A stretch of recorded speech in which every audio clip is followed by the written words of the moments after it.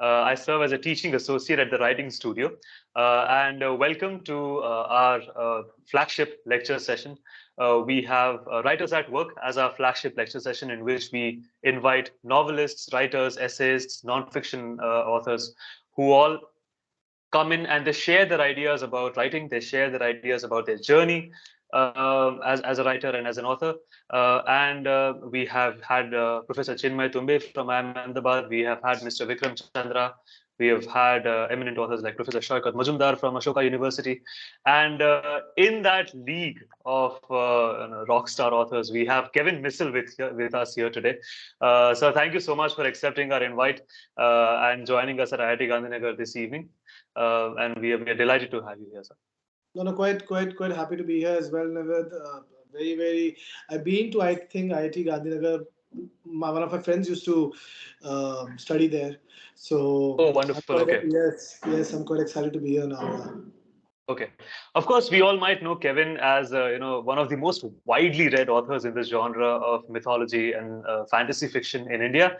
He's best known for his Kalki series, his Narsimha series, his Sinbad series, and most recently, the Devi chronicles that he has begun writing. So we'll talk about his journey as an author of mythology, as an author of fantasy fiction, and his ideas about writing both as an art and as a craft. So, Kevin, if it's okay, shall we begin?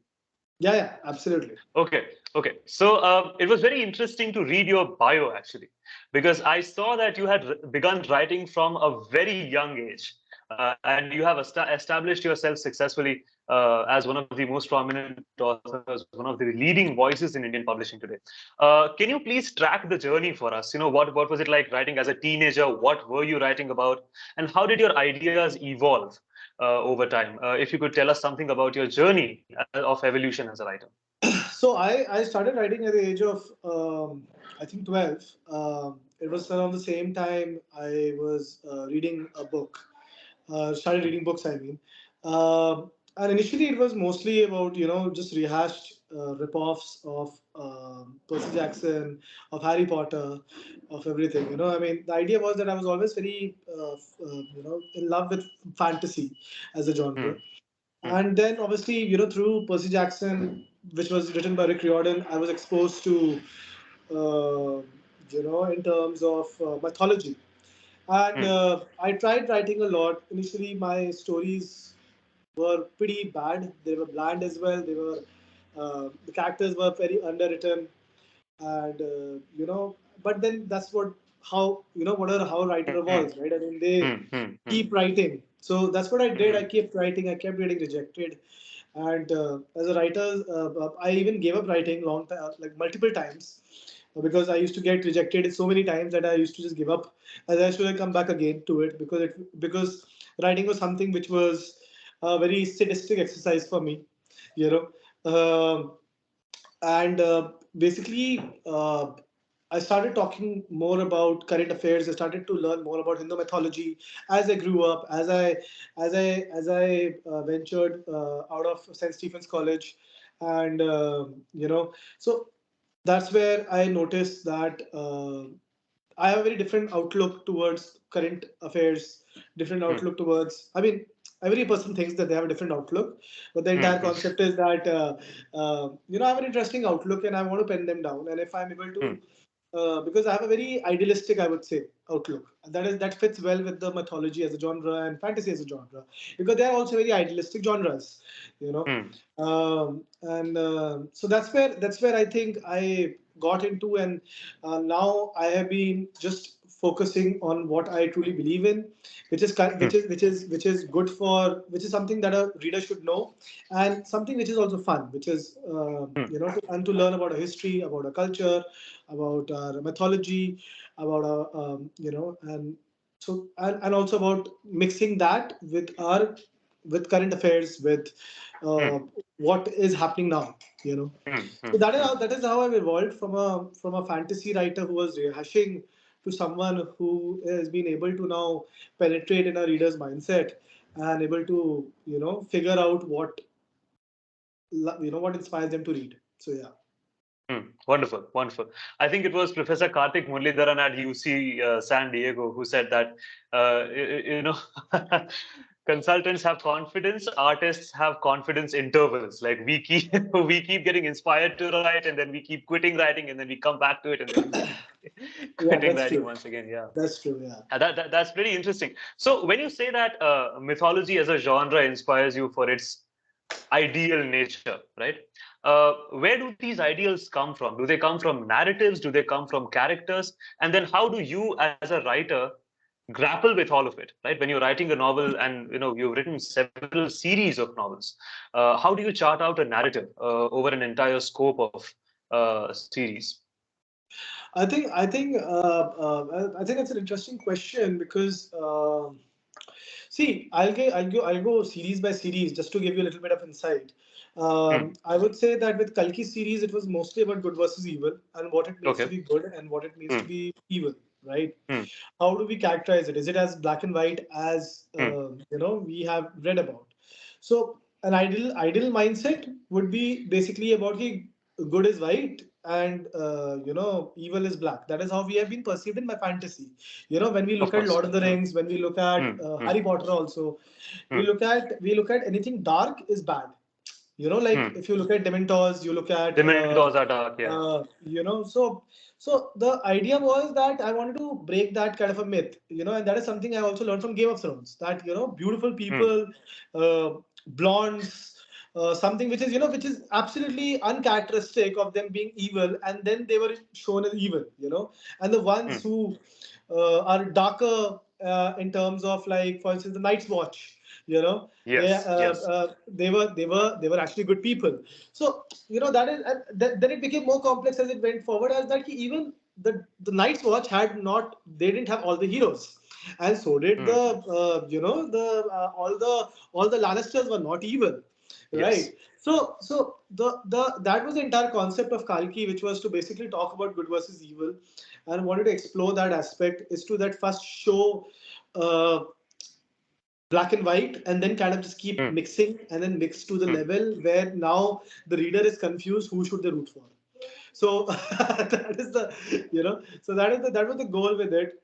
With the Narsimha trilogy, the idea was to basically talk about the freedom of the choice to uh, choose your own religion. Because what I realized Wonderful. was, Okay. yeah, Hmm. basically what I realized is, and especially with me also, because I come from a Christian background. I Hmm. write about Hindu mythology, and Hmm. but I am agnostic, by Hmm. Hmm. religious Hmm. views. So the entire concept of me was that I chose to be agnostic. The reason why, because the more I read about religion, the more I realized that how different mindsets, different perspectives was there depending on the different cultures out Hmm. there, Hmm. right? Hmm. Hmm. And I loved how each culture was very, very beautiful in its own Hmm. way. So Hmm. choosing one for me was tough, right? Okay. So Okay. and the entire concept was then with Narsimha was that I wanted to talk about, because Prahlad, we've all Yes. read about the story of Prahlad, right? Yes. Yes. He wanted to be a Vishnu Bhakt, and his father didn't want him to be that. It Hmm. was as Hmm. simple as that. That is the Hmm. entire story in a nutshell. So Hmm. his belief summons Lord Narsingh Avatar, Hmm. and who is a Vishnu Avatar, Who is the and Vishnu he Avatar defeats himself? Yes. Hiranyakashipu. The story is Hmm. that in a nutshell. So through the story of Narsimha books, I wanted to speak about this thing, the right to choose your own religion, and what it Hmm. means, what consequences you have to face, Hmm. and whether it is appropriate to even follow it or not. That is also a Hmm. quest to. Uh, so that was with Narsimha series, and then with Sinbad, I wanted to talk about leadership, because Okay. when I was writing Sinbad, it was to mostly about what it means to be a leader, what it means to be a captain, what it means to have crew with you. Hmm. So what I've realized is that as I have grown further in my writing career, and uh, my journey as a writer, my Hmm. journey as not just a writer but as a person, in the society, who have evolved. The books have also evolved that way. When Interesting. I became Okay. a startup founder, I wrote Hmm. Sinbad, which was about a startup founder, Ah. Okay. actually. Okay. So, Sinbad in its truest sense is about being what it means to be a leader. It's as simple as that. When I was going through a crisis of faith, I wrote about Narsimha. And when I was figuring out what it means to be good and what it means to be evil, and because I was not able to understand it, I saw people who were very, very good people who were doing not good deeds. So, or who were put in a position of supposed to be good, doing good, but they were not following that, you know, what the position was given. So that was the ideal, and I think that is where how I, used my stories. Yeah. And what about the Devi series? Then I'm just curious if I can Which one? Devi pick series. So Devi series to pick your was brain on that. Yeah. yeah. So Devi series was written as kind of like a love letter towards all the women in my life, in terms Interesting. of yeah. So I've been very much I would say um, exposed. I'm very lucky to be exposed to such powerful women around in my life. From my mother to my masi, to my buas, to my friends, to my wife, to my mother-in-law, to everyone. So the idea was that it was a love letter, to be honest, towards all the women. First point. Second point, I always wanted to talk about the Navratri concept, which was basically Interesting. Okay. the idea of the 9 nights. So 9 nights, there were different. The nine, there were different. Each night was a different part of Durga. So I Yes. wanted to focus on that aspect, and I realized that how I can connect the 9 nights with collective feminism. So that was the Okay. entire objective, Okay. and how I did it, though, that is something that you have to read about it. That I Yeah. Of can't. course. But what I'm very happy about, though, is that I'm getting women who are coming to me and who are like applauding it and basically being like that this book should be read just for the fact that it is written. And I'm very happy because I That's was very wonderful. shocked. My own assistant, who reads my books, though, but she's not a big fan of mine, but she was absolutely just like, Kevin, I have to make every woman read this. Not just every woman, every man read it as well. So that was the idea. Yeah. That's interesting. I love this parallel. First of all, I love the parallel between Sinbad being an entrepreneur because I'd never thought of it from that perspective. And it makes total sense to me. Like he has a team of his own by his own Yeah. side, and he goes on these expeditions. That's wonderful. And I have always thought of personally as well mythology as being a mirror of the self, as the story reflecting what one is going through at any given moment in their life, right? Yeah. And one finds different nuggets of truth at different stages in life as they grow along in the journey. And it's so inspiring to see that you yourself have picked up these tenets of life, these fundamental truths for yourself from the mythology that you've engaged with. Kevin, these are quite complex ideas. These are complicated truths of life which are supposed to be untangled through storytelling, through metaphors, through coded language, and that I think is also a purpose that mythology serves, where it shields the truth with a layer of story. So how do you, as a writer of popular fiction, navigate through language while writing about mythology so that your readers would also be encouraged to find truths about their life, for example? I would just like to know more about your stylistics as a writer. In terms of language, I would say that so as a mythology writer, as you know, we have to research a lot, right? That's Of the course, of course. basic tenet of being a mythology writer, and that's for me personally because I was never a studious person. For me, it's a boring, process of the working. So I'm working with Krishna right now because I have to do an audiobook for Audible, Okay, okay. Audible India. Yeah, and so I'll just give you that example actually, which Sure. is in terms of I was reading about, because see, with Krishna, I was thinking there are multiple sources, right? One of the major source where it talks about his birth till his end is Harivamsa Purana. Harivansh, yes, yes, yes. Yeah. So now that is a very that is and once you read that, right?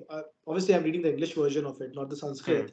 It is quite interesting in its own way that it talks very uh, uh, very stylistically, it has this very bombastic sequences, very action-packed Interesting. sequences actually, Okay. which is very funny because when you think of a Purana, you think it's very boring, but it's not. It is pretty fun to actually read these sources. Uh, where it shines though, where I think an author like me is not able to shine, where I have to make up my own, is it is a very objective way of writing. So I'll just give you I'll tell you how. I'll just give you an example. Please. Okay, Yes. Yes. just to make you understand. I read a sequence. So did you know that Krishna was actually associated with wolves? Okay. That's news for me. That's okay. Right, right. Not many Yeah. people know that. So people think that he was, because when his real mother gave him to the on the river, because Kans was Hmm. killing everyone, so she had Hmm. to Hmm. let him go. People think he went to directly Vrindavan, right? Hmm. But according to Harivamsa, he didn't go to Vrindavan. He went to a village called Vraja. Okay, I'm not pronouncing it right. Okay. I could be pronouncing it wrong, though. But I'm just Okay. telling you, Okay. it's called Hmm. Vraja, right? Hmm. He went to Vraja, and there, he grew up. He went through same problems, whatever the problems that Hmm. he was facing, Hmm. and he realized that, listen, the rains are bad here. People have to shift to Vrindavan. So, and Okay. yeah, the rains, because the crops are not, they're not, Hmm. the agriculture is not going well. They're not Hmm. Hmm. prospering. The people are not Hmm. prospering. Hmm. So what he did was, because people were not moving, obviously it's a livelihood, right? No one will move. Hmm. Hmm. Hmm. He, from his hair, he Hmm. brought in the wolves. So from his each Oh. hair, when it plucked out, a wolf was created, and it went out and it destroyed the entire village. Wow. Yeah. Now, when Just you look picturing at, that is giving me goosebumps. Like. yeah, I know, I know, and it's such an amazing sequence, and no one talks about it, right? But on the flip side, if you think about it, he's actually destroying the livelihoods of people, Hmm. right? If you look at it from today's perspective, like the Hmm. modern Hmm. perspective, right? Let's leave it what. Though then after that they shifted to Vrindavan, Hmm. and everyone was very happy, and no one talked about how Krishna destroyed the entire village. So that's Hmm. the funniest part, because Hmm. the idea was that it's not because they wanted to glorify Krishna, not at all. That was not the idea. Hmm. Hmm. But the Hmm. idea was that they just didn't talk about it, that what the villagers went through. They just talked about that the villagers' entire livelihoods were dead, were destroyed. The calves were destroyed. The agriculture, the crops were destroyed. The houses were thrashed. Everything was thrashed, and now they had no choice but to go to Vrindavan. That was it. So when I'm Hmm. talking about Hmm. it, it's a very objective perspective, because you're not talking about what they went through, right? So you're only talking about a very Hmm. surface level feeling, Hmm. Hmm. you know. Hmm. So when you asked me this question, that is the first thing that came into my mind. Hmm. That when as a writer I have to choose with nursing avatar, when with the language that I have to use, I have to put that sense of subjectivity as well. Like, what did that villager went through? Right? What did that particular Okay. Okay. person went through? These are Hmm. things that I have to tackle, and these are things that can become controversial, because if you because these Puranas are not answering them. But as a someone who's an interpreter, if I'm able to interpret it in a different way and I'm able to give them a perspective, कि अच्छा ये they went through. So this is how I use my language. How I'm going to do it for Krishna, I have no idea. This is going to be tough for me as well, right? Because I have because I have these long tenets, like these long rules sent by the audiobook company, that ये सब Hmm. नहीं करना. But Hmm. but yeah, so this is how language is used, and but at the end of the day, I have to make it simple. I have to make it accessible. My idea is that if through my stories I'm able to give them a jumping stepping stone to Hmm. actually read the Puranas, I have done my job. Interesting. Okay. You know, Okay. so that is the goal, and that is to be honest, the major thing. I have gotten so Hmm. many messages where people have said, "Oh, I didn't know about, I didn't know about, that Holika. There was a version of Holika where Holika saved Prahlad, not destroyed him." Oh, Yeah, so that's the funny part. interesting. People Okay. don't know about it. Yeah, that Holika, Hmm. there is a source. I'm not able to remember the name though, but there is a source where Holika saved him, not destroyed, not Hmm. killed him. So that's the funny Hmm. part. So Hmm. that's what I love about mythology. There are so many perspectives, and none of them is Hmm. right, Hmm. and none of them None is of them wrong at is the right. same time. Wrong either. Yeah, yeah. Yeah, so It's that's the all thing. shades of gray. It's all shades of gray. Yeah. I remember when I read for the first time in my life, when I read the Ramayana and the Mahabharata in their entirety, they left me with more questions than answers. Yeah. Because the conclusions never leave you with a sense of But which closure, version right? did you read it? But which version did you read? Who was the author? I read the Penguin translations, the Penguin The Classics Penguin translations. Classics. Yeah, yeah. Bibu, So Bibu Vivek Sorry, Dev Roy. Vivek Dev Roy. Yeah, I Vivek Dev. believe he's the one who has translated Harivamsa as well, and the Bhagavad Purana as well. I have those copies. They are the Penguin translations. So when I read them for the first time, they left me, like, the narrative left me with more questions than answers. Like the ending, the conclusion never left me with a sense of closure, and then they kind of led me to think more about what each character went through. Like you said, right? If you flip the perspective a little bit, who did what and what was done to whom, the entire thing, the equation starts messing around with your head. And that's why That's true. I love what you said about uh, exploring mythology through perspective, through subjectivity, because I see this as something that authors around our country are trying, that they are trying to reinterpret, they are trying to reevaluate the mythological tenets that we have grown up with, by giving a voice to a character who might not have had a voice in the conventional sense of the narrative. So I think that is a challenge, like you said, like just with Lord Krishna's character, that is a challenge to navigate through, and more power to you, for bringing about perspectives in this sense. So now, talking about that, Kevin, what do you think of the whole uh, resurgence, if I may use the word, of mythology as a genre of writing and reading in mainstream Indian publishing? What do you think that signifies? And what does that say about the aspiring writers in our country and the readers and their and the kind of taste that they're gravitating towards? What do you think that signifies in your experience of writing so far?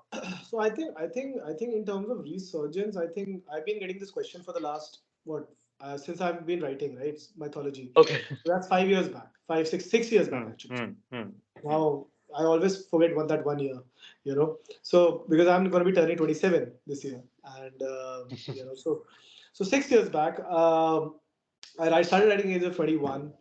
At that time also we were told that there's a resurgence, and now also see the resurgence happened around 2012, around that time when the Immortals of Melua had come in, which was by Amish, Okay. Yes. Yes. and that is where the entire world was shook that, oh, there's this Hmm, mythology as a genre.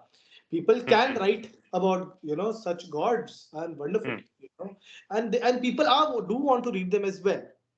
hmm, So as we went forward, definitely there were more books come out, more books. Even my books came out around 2017 after five hmm, years, hmm, and now we are in a world where basically we are. I would say now more than resurgence, that there's a death now of it. So okay. those stories are now in terms of reading. I'm talking about, not in terms of Okay. watching, Okay. not in Okay. terms of watching, because I still So feel books like purely as a medium of purely as a storytelling. literature. Yeah, Okay. purely as a Okay. literature. Hmm, hmm, I'm talking about, because when you look at, for instance, RRR, right, which hmm, is the hmm, movie that came out, it is actually the second half of the story is basically Ramayana, in a okay. way. Hmm, It is, if you look at it, that there's Hanuman ji, who is Junior NTR's role. He went to hmm, save him, and then hmm, Ram. The difference was that instead of Sita, Ram was kidnapped, and hmm, hmm, and then Ram, he took off his body, took off his clothes, and now he was entirely hmm. donned up as an In archer, this attire, yeah. as Ram. So you have this Yeah. imagery going on. So and people loved that point, that it took inspiration from Ramayana. Hmm, And even though none of it happened in real, though it was a historical movie, none of it hmm, happened in real. hmm, Though hmm, still, so Same with like the movie that is coming out. A lot of mythology movies are coming out now. You know, True. Abhi, I think Ajay Devgan is coming out with Bhola. So in terms of Hmm. movies, in terms of I would say TV shows, web series, whatever. These are the ones which are exploring these Hmm. stories now. Hmm. In terms of reading now, people have stopped exploring. You Okay. know, so writing because in terms of because now you have such mediums like Netflix, Amazon, such so people want to now because visual is easier, right? It's you don't have to True. use your brains much. With reading, you have to use your brains, right? You have to put your mind into it. कि अच्छा पढ़ना है. Hmm. Now, Hmm. to reader, we love reading, right? Yeah, But of I'm talking course. about the mass. Yeah, we're talking about the mass general right now. Hmm. So Hmm. जो sales आपकी mythology के पहले होती थी, even for an Amish for that matter, वो Hmm. आज नहीं Hmm. होती है. Hmm. आज के टाइम पे नहीं होती है. Hmm. You know, which is sad. So Hmm. वही है कि now the interest of the readership is going towards a different route, which is towards a more non-fiction route. People now are Okay. feeling, yeah, people are now feeling that they want to read more, read more. I would say something that teaches them something. Otherwise, Interesting. that Okay. book is that book. They're not reading for entertainment anymore. They're reading for infotainment. Which is Hmm. they're getting Hmm. information and they're getting entertainment as well. Hmm. Hmm. Hmm. So that is where it's changing. So when you say resurgence, I won't say it's a resurgence. It is more of a It's downfall. more of a decline. Okay. Yeah, more of a decline of the mythology genre as we go forward. Though we never know. Probably see there are shifts. Hmm. सबका shift आता है तो उसका probably शायद से एक बार again there will be a resurgence down the road, but Hmm. not now. Hmm. Hmm. Okay. So, a couple of things to double click on. In the sense of retaining the popular audience's attention, because a lot of students on campus are also very passionate writers, and they aspire to publish their own work someday, and they also aspire to reach out to the popular audience with their ideas, with the new things that they've discovered, not only in their technology and sciences, but also in life at large. As as a startup founder as well as an author, what do you think one should keep in mind when they write for a larger audience? What kind of language, what kind of treatment of thought should one keep in mind, both in storytelling in fiction as well as in non-fiction? What do you think? Yeah, Aj, which is the biggest movie right now, David? If I ask you, right now as we speak, do you know? Are, Pathan? are you following Yeah. movies right now? Pathan? Yeah. Pathan, right? Yeah. Yeah. If you look at Pathan as a story, do you think it's a good story? No, it's a very, yeah, It's a very simple story, right? That's simple nothing. story. Yeah. Yeah. Simple story. It's about a villain who wants something. It's about a hero who wants something. They're Mm, both mm, flashing on their wants, and with high tech gadgetry, with high tech look with great locations and patriotism to the heart of it. mm, It is that. mm. So if you want to go towards popular fiction, am I audible? Yes, yes, you are. Yes, you are. Yeah. Yes. So if you want to go towards popular fiction, if you want to go towards massy fiction, I would say that follow what is happening, right? Be patriotic in your books.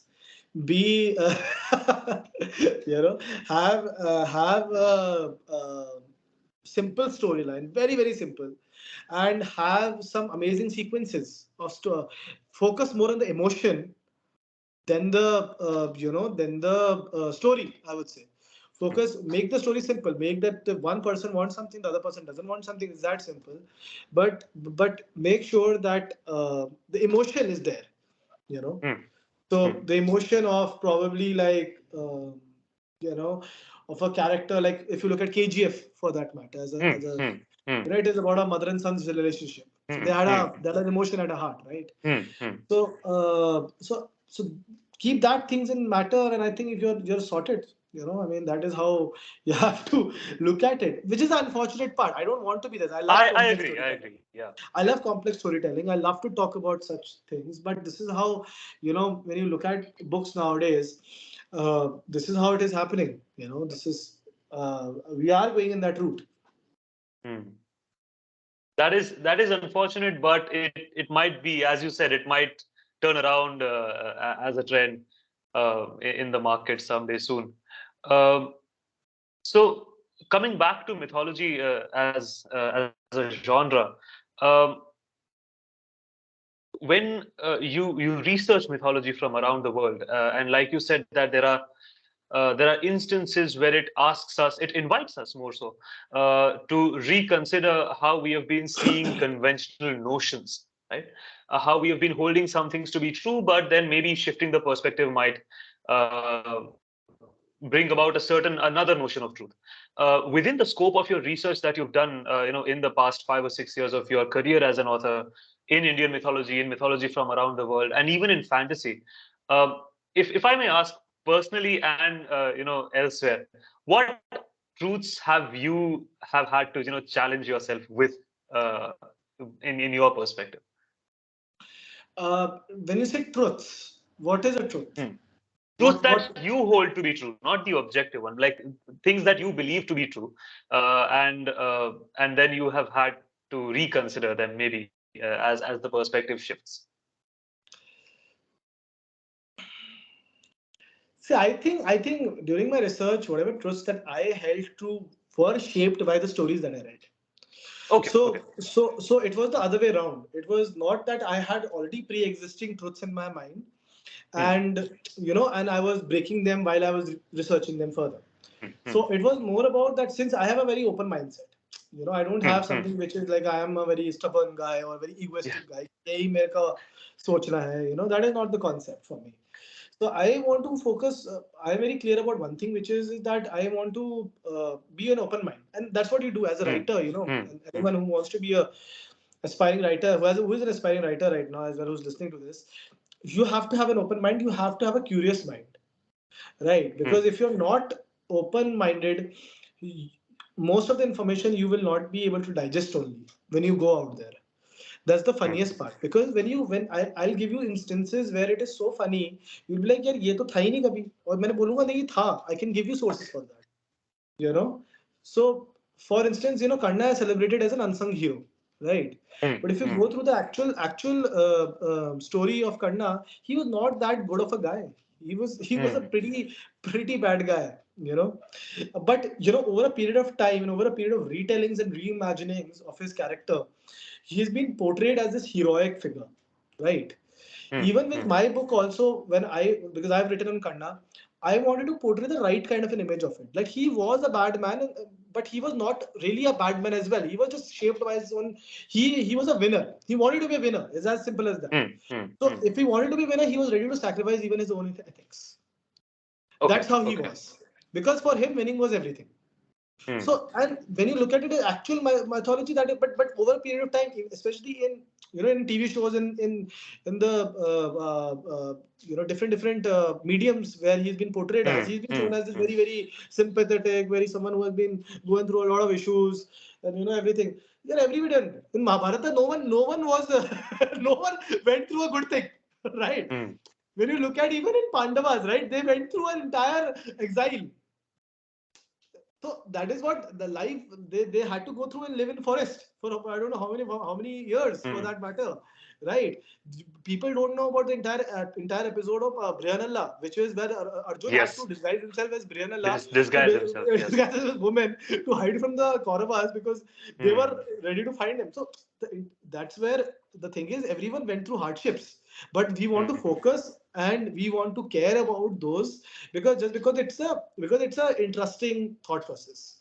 Hmm. So even Krishna, for that matter, went through a lot of hardships, right? He was literally sent assassins the day he was born Hmm. to kill him, right? So when you look at it from that perspective, this is what I have in my research or in my thing. These are the truths that I went through.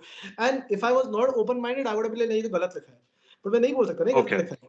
Hmm. मैं नहीं बोल Hmm. सकता, Hmm. because these are things that are written before me, so I cannot. I have to respect them. Hmm. Hmm. Hmm. So what I do best is that I collate all the data that I get as an honorable history student, and what I do is that I collate the data and I put it in one I would say document, and then Hmm. I write what is the best version I can get from it. You Wonderful. know, Okay. Okay. yeah. Okay. So that's what I do. So, so how important is, just to follow up on that, how important is Um, uh, if I can ask this from two perspectives, how important are two things: narrative authenticity and narrative innovation for you? How do you co- uh, comprise your stories with these two aspects? But then my question to you is, Nivedh, Hmm. what is authenticity? Which version is authentic to you, Yes, right? yes, yes. Okay, fair point, fair point, I mean, fair point. how do you consider something authentic? Because there are so many versions of it.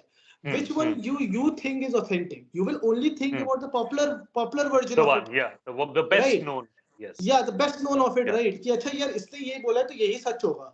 But अगर Hmm, मैं बोलूं कि ये सत्य नहीं है, hmm. there is a Bale Mahabharata, which is an oral traditional way of which is not a written Mahabharata. It is a Bale, मतलब there is a tribe which is called Bale, and which is basically Yes. talks about basically how Kanna was the hero and Arjun was a wimp. And Arjun Okay. was Draupadi was picked up by Vasuki, which was the Nagraj. He Hmm, was hmm. taken by She was taken by Vasuki, and Arjun had to literally beg Kanna to help him. Wow. Kanna Okay. then went and destroyed, and there are some very graphic scenes in that thing where Hmm, basically hmm, Draupadi was, she was assaulted hmm, in a very bad way or whatever, and Nagraj had to go through a lot of. Nagraj was a very evil guy, and basically he had to go. Kanna had to go and rescue Draupadi, and hmm, Draupadi was like, "Oh, I love you, Kanna," and Kanna like, hmm, "No, you are part of the enemy, but I just went there because all that thing, right?" So there is a version of that when I talk hmm, to you about it, right? hmm. There is a version where there are two Ravans. I don't know if you know this. Yes, So yes, there yes. is There's an elder Ravan and a younger Ravan. right, Yeah. I it believe this is is from total the of Adbhut Ravan. Ramayan. The Huh? Adbhut Ramayan. That's I think you're Adbhut referring to Ramayana. the Adbhut Yeah, Ramayan. Yes, yeah, and it yes. is written by Valmiki as well, right? And Valmiki it is ji. a Yes, yes. It is yeah, written yeah, by it Valmiki is ji. written by that. But in that, basically, one Ravan is killed by Sita and another Ravan is Yeah, killed by kiss Ram. by Ram. Right. Yes. So when you look from this, which is the authentic version again, my question Hmm, is that. hmm, So hmm, when I talk about authenticity, I don't think so. It's authenticity or innovation, because it's hmm. both, none of them. For me, I would say it is basically compromise. I think, Okay. and I will tell you Interesting. how it is a compromise. It is a Hmm, compromise because I'm taking whatever is out there, and hmm. I'm figuring out what will work for today's generation. Okay. Okay. So I'm, so you because you have to compromise on certain stories, you have to compromise on certain True. perspectives, because those perspectives will not work in today's mindset. And the entire goal for me is to build readership. So if I have to build Hmm, readership, the goal is to basically make it fun, entertaining, but yet informative. hmm, Right? That hmm, is the goal. So hmm. and if I'm able to achieve through my, bringing that compromise, I'm fine. I'm happy. You know. Okay, interesting, interesting. So now, if I can shift from your role as a writer to your role as a reader, when you were growing up reading, what has shaped your notion of what good writing looks like and what must good writing be practiced like? If you can share some thoughts in that direction. I would say good writing is what where your targeted reader Hmm, is satisfied. So, hmm, like if I was writing a mythology book, I wouldn't expect a literary reader to enjoy my hmm. book. You Okay. know, Hmm, because that book for the literary reader will be a very shallow piece of work. But for a young kid sitting in Patna or a Bhopal or whatever, and who just entered reading, hmm, has read Chetan Bhagat, read some Amish, and wanted to explore more mythology, and they came onto my book. For them,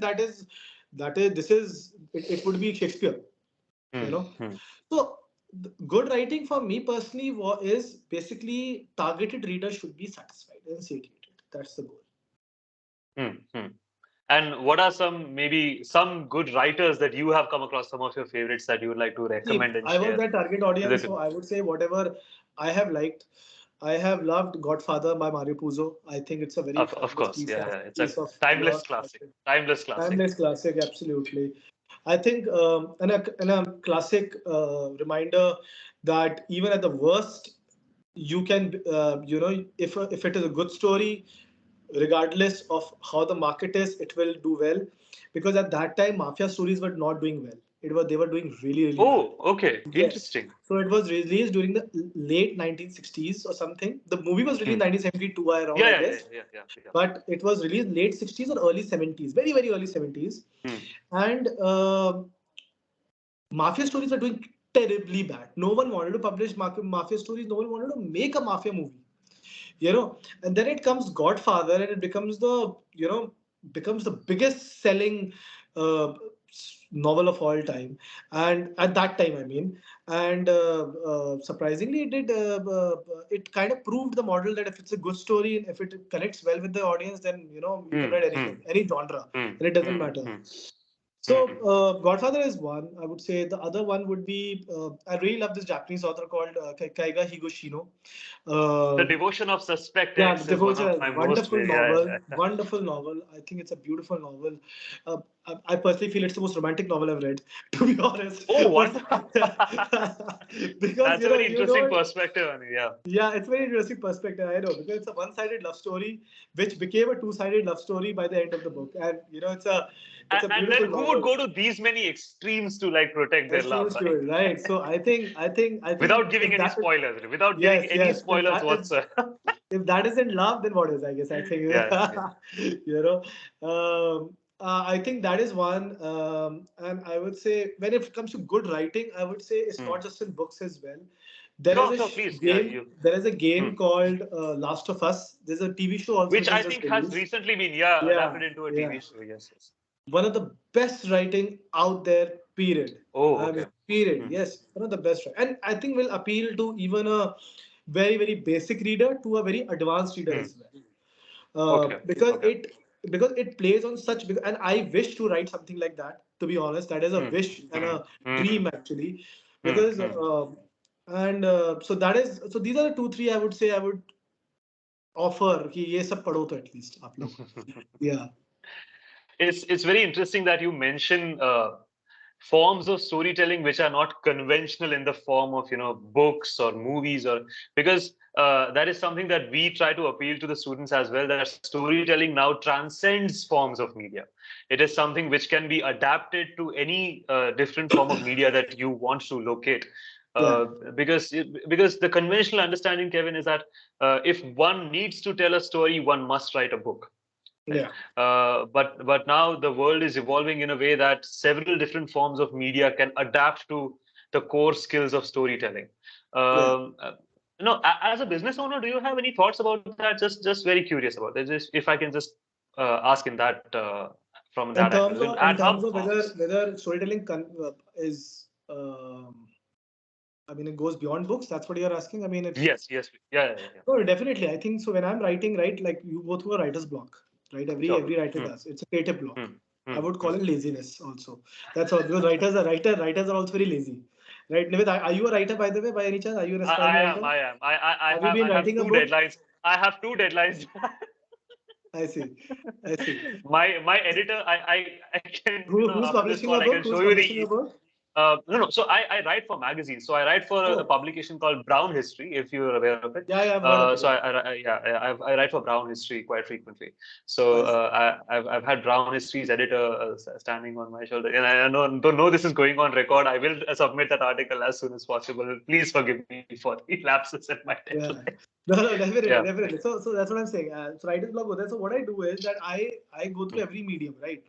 So I'm Hmm. writing on Krishna, as I told you. Krishna and Ashwathama, both are so I have to write two books actually, and I'm planning to write it Okay. together because I Oh, have to interesting. complete. Yeah. So the idea is that I have to go through every medium. I have to go through comics, Hmm. graphic novels. I have to go through mangas. I have to go through Hmm. cartoons. I have to go through audiobooks, to movies, to games, to books for that matter. Hmm. Hmm. So Hmm. everything. I would say that storytelling is definitely, and I think you can get inspired from everywhere. I Of have course. gotten Of course. inspired from such weird places you have no idea about. Yeah. Please tell us. Please tell us about some of them.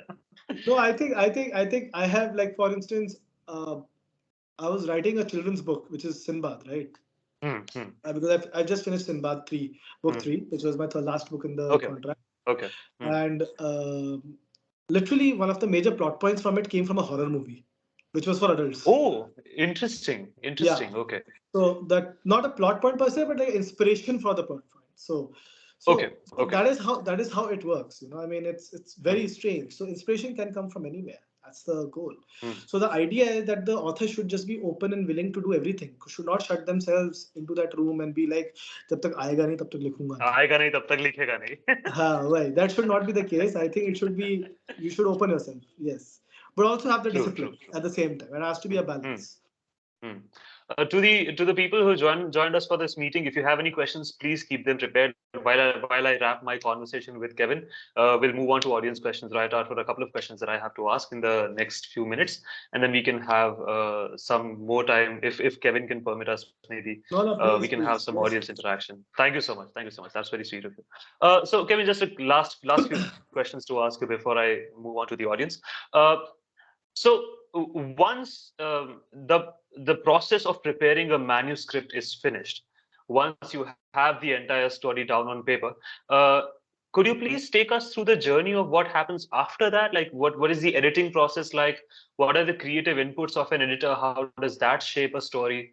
I'd just like to know more about what is the post facto journey of a book. So I'll just tell you the journey, like the basic journey of it. Sure, I think please. I think from once you finish the book, you send it to an editor.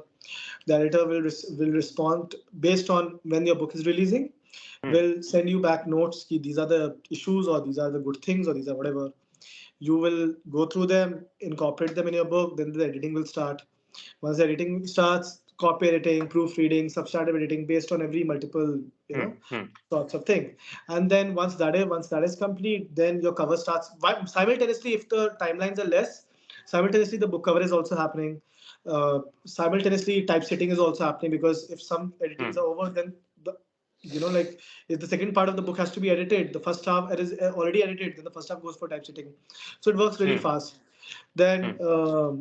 then the marketing team comes into play. They start planning out, and basically with the author, like what all we can do. Hmm. This is the budget. This is something. This is the most we can Hmm. do, Hmm. Hmm. and what all you are doing as an author. Hmm. So Hmm. then we tell them that actually we are doing this, and basically then the book comes out, and then it's खुदा भरोसे कि किताब कैसे करेंगे. So yeah, it's that simple though. It's not as glamorous as the Western publishing though. Western publishing is more structured. I would feel. I Okay. feel that I think they are more in terms of they really give a shit about what they're producing when they Hmm. come out with a book. With the Indian audience, it's more of a business kind of a thing, Okay. because it's a very business mind. It's a very lala mindset here, Hmm. where basically the concept is that ki isko hit karni hai. If you look at commissions today, just look at the new books out there right now. Hmm. Any new Hmm. book, just go through Amazon, just see the new releases. You will Hmm. see celebrities, you will see influencers, you will see any public person's ki books, you will see either patriotic books, Hmm. which is probably like about a war book or whatever, right? You Okay. will see, Okay. or you will see like I would say non-fiction books, which is self-help books. You will Hmm. see that. So Hmm. these are the books, and self-help from actual like people who have credibility. I mean, not just anyone, Hmm. Hmm. right? So these are the books you will see. You will not see a good fiction book. And if you see a fiction book, like an Indian fiction book, I'm talking about, not foreign Hmm. again. Hmm. Like a Hmm. good Indian fiction book, it will be from someone who's already, done fairly well as a writer. So Okay. who can sell a decent amount of copies, they will publish them. So Hmm. you will not see new voices anymore. You will not see new writers anymore. The reason why being because it has become such a money game now, that it has become Hmm. such a tough place for new writers to actually come out and Hmm. get it out there. Even me, as a writer, 5 6 years back it was still better, but then post COVID things have become really really ruthless now. Oh. you know Okay. if you are not a किसी का बेटा or किसी का through, and this is me spitting up facts, by the way. This is not No. No. me, Of course. Please. Please. you know I this is appreciate the candor. this No. is I appreciate the candor. yeah, Yeah. yeah, yeah. So Yeah. 6 years back it was still better, I would say. Even though then it was still ruthless, but it was still better. Than new voices were at least getting a chance. Now Hmm. new voices don't even get a chance.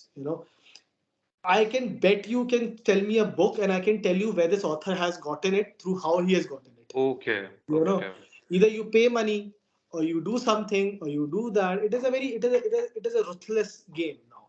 You know, Mm, so for aspiring writers, I don't want to discourage you, but I want to give you a reality check that it is a tough game out there, and mm. you know you have to be you. So 6 years back, I published my own book. I did a Oh, you were a self-publishing. self-published author. Okay. Yes, I was a Mm, self-published author in the beginning. Then it was picked up once it did 6,000 copies sold. When it sold 6,000 mm, copies, then it was picked up by a publisher who paid me money to write. You know, till mm, that mm, time, no one would have cared. For a young mm, 21-year-old author, who would have just imagine 21-year-old author, कोई नहीं करेगा. mm, But mm, आज के time पे you look at a 16-year-old kid writing a book and it is being published by a big publisher. I don't want to name any publishers, but there are books mm, out there. mm, And those that is some director's beta beti, or there is mm, someone's beta beti or something. So that is how the entire industry is working like, mm, and mm. yeah. So yeah, that is it. No, thank you for sharing your insight on that. I really appreciate it. So yeah, for aspiring authors, this can be a reality check. You're right. Again. Thank you for giving us a realistic So, picture. so I and Yeah. I'll give you a counter action also. Yeah, yeah, please. Because I don't want to Okay, be just okay, the one who's just spitting out facts and not doing anything about it. The okay. solution here is the solution would be here is that treat your book as a startup. Treat every book of yours as a startup. Put your investment in it yourself. Prove the model out, because no one else will help you. No, and I'm telling you, Abhi say, no one will help you until unless you have some connection or something. And a Hmm, very good connection also. You can't just expect कि अच्छा कोई छोटा मोटा connection नहीं. It's a hmm, proper connection because these are corporates you're dealing with, right? You're not dealing with any hmm, hmm, hmm, lala company as well. hmm, So hmm, अगर boss को जानते हो तो सब कुछ हो जाएगा. It's not like hmm, that. hmm, hmm, You have to have some connections and everything, and I would say treat it as a startup, treat it as an investment. If your book is good, if you plan to be a prolific writer, then that investment will pay off. If it won't, then it will fail. It's a risk. So hmm. Okay. So before we move to the audience, what can we expect from you next? If you'd like to plug something. I want to write about this though, about for future aspiring writers though. That is one thing for surely, but no, not right now. I think the future holds for me is that I'm coming out with amazing book. Durga is out there already. It's just Yes, released. yes, yes. Prahlad is just released today actually, which is the funny part. Oh, wonderful, Yeah. wonderful. Congratulations. Yes. Congratulations. Many, Yes. many congratulations on that. Prahlad, which is the third part of the Narsimha trilogy, is just released today. And and Sinbad is 3 is going to be releasing around June, July, and then there's going to be another version of the other books also coming out. Though I can't name many of them right now. Yeah, no problem. But No problem. yeah, but Vikram Vetal will be coming out, which is an audiobook original. So it's a audible Okay. original. Okay. So it is just an audiobook. Yeah. So it's exclusive on audiobook, and that will be releasing. We are aiming for April though, so hopefully that will Hmm, release hmm, then. hmm. Okay. And yeah, that's about it. Yeah, I think right now it's these many things. Wonderful. And all the best for all these projects. And congratulations on the third book of the Narsimha series Thank that's you. come out today. Thank And yes, now open to the audience. If anyone would like to ask their questions, you can unmute yourself. You can ask Kevin the questions, or if you'd like to put in chat, I'll be happy to read out the questions.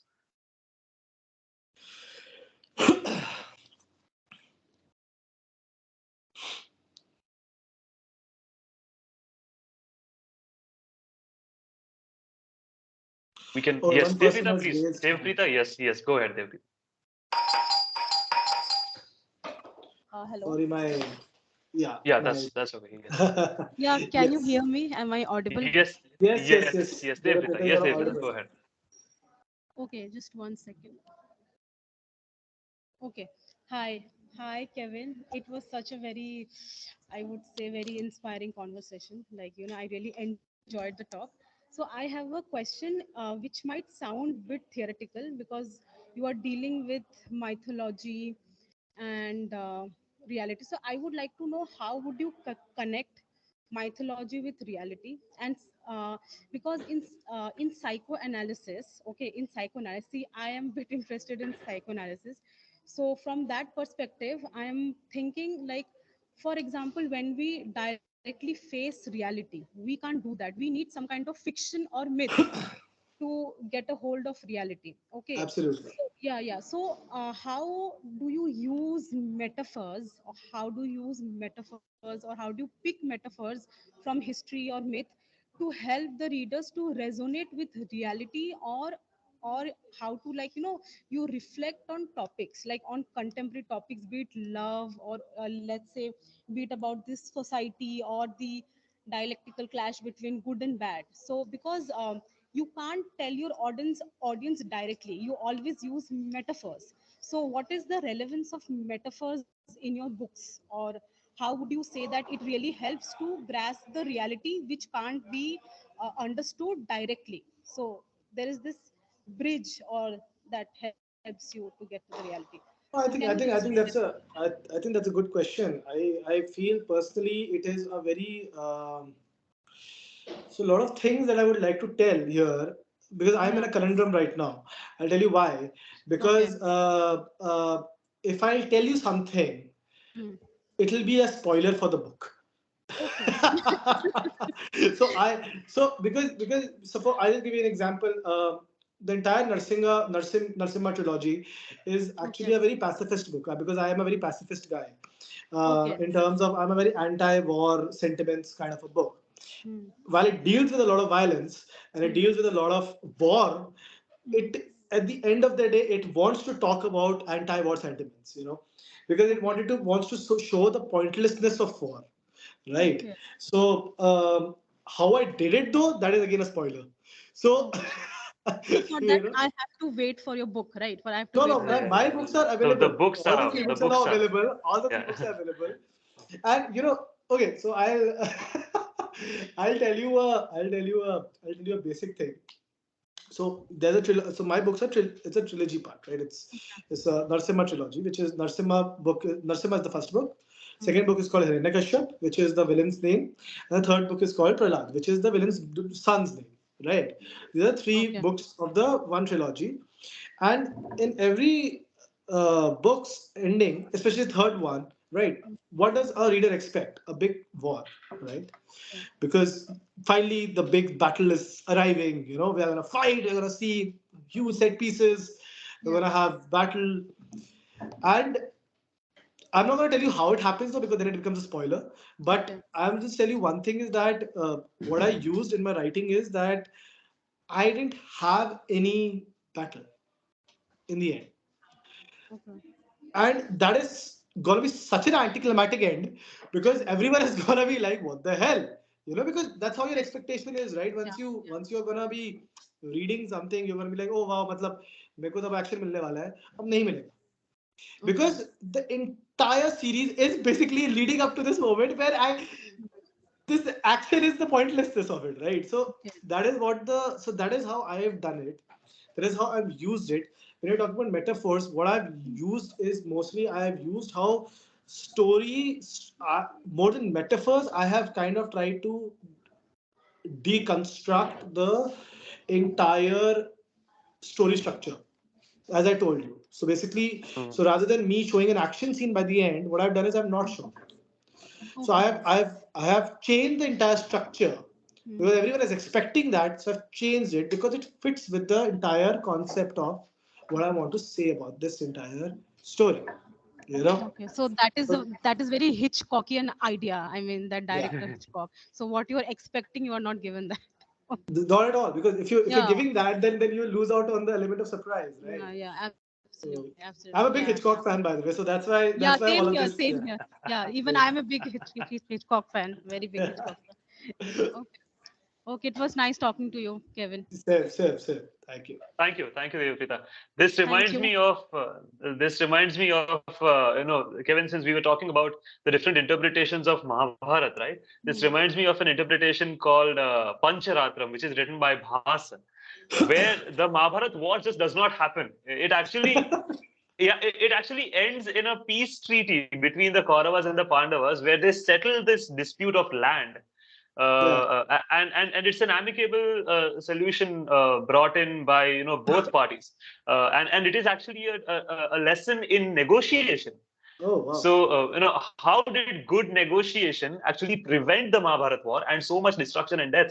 That is the purpose that the play serves. So, I think even this subversion of this climax, like you said, the subversion of the story structure, that also served an innate purpose in itself. So, it just reminded me of that. Um, yeah. Anyone else would like to ask any questions?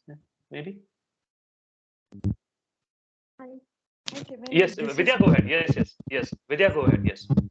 it was great listening to you.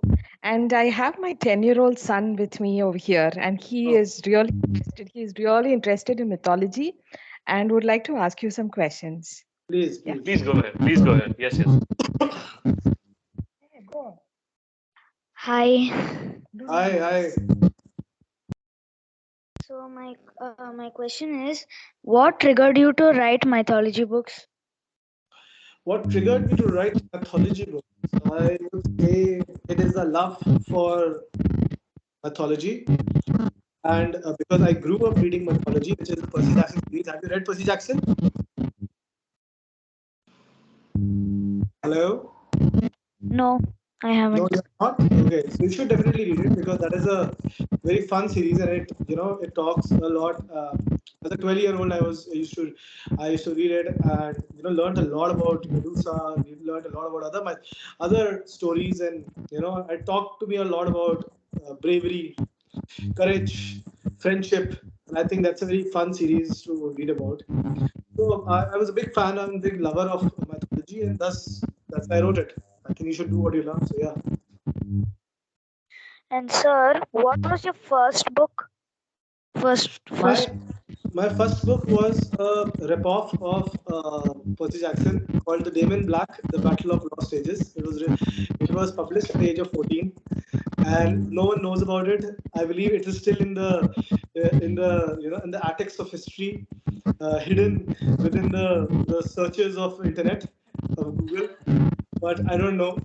Uh, uh, that is one. But if I say as a professional writer, what is my first book? I would say it's Kalki, the Avatar of Vishnu.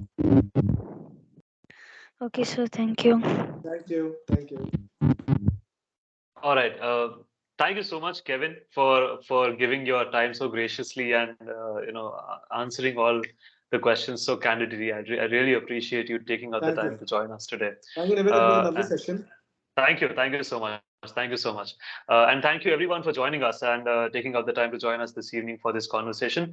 You can stay tuned for further updates about Writers at Work. We're coming up with more sessions in the coming months.